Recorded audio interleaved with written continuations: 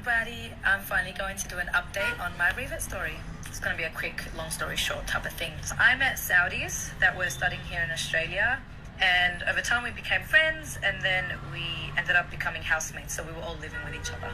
What I loved about them was that they weren't pressuring anything towards me, so they wouldn't be asking me, do you know about Islam or nothing. They respected my boundaries as a person.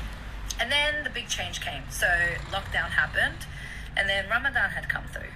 I've always wanted to experience Ramadan, especially back when I used to work at Roxburgh Park McDonald's. I was a manager there for many years, and the only reason why I didn't do it was because there was always nuggets and fries in front of my face that I never had the strength to want to actually fast. And also, I didn't have Muslim friends either, close friends that could help me. And back then, none of the Muslims, they obviously didn't educate me. I didn't ask questions about them.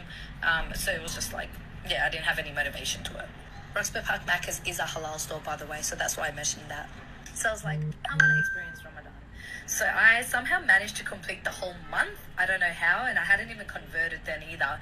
But I had started asking questions. What is Ramadan? What's the purpose? And when they told me it, I fell in love with it. So the fact that we're doing this to experience what the people in need don't have, I thought that was just so purely beautiful. So then I started to read the Quran, and I think it was possibly over a 3-month period. That was when I managed to finish reading the Quran, but it was maybe halfway or just over halfway of reading it.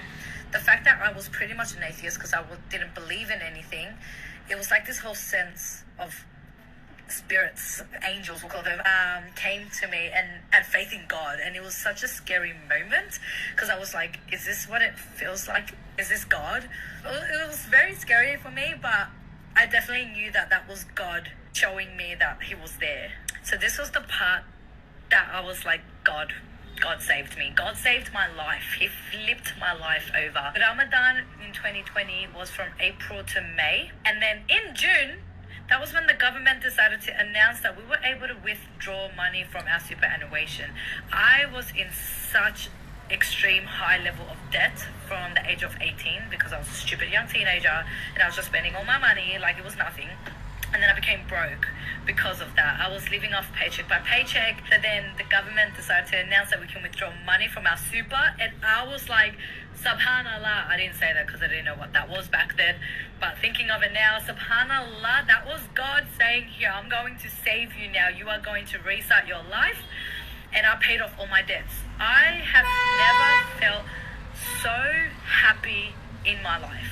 2020 to me was the worst year of my life because I was in deep depression and just spending my money on all the haram that I could. But it was also the best year of my life. And another moment that made me truly believe that God is real was I found out the information about the last 10 days of Ramadan, how important that is, and that one of those days you'll be rewarded times million. I was broke, but somehow I still kept donating every single day. I was donating $10, $20, sometimes even $50. Even though I was so low on money, I was stuff it. First of all, I was mainly to help the people in need, of course, but just knowing that, I was you know what? Let's just give it, and inshallah I will be rewarded. And you know what? God blessed me. He blessed me and he cleared all my debts. So guys, I cannot exaggerate.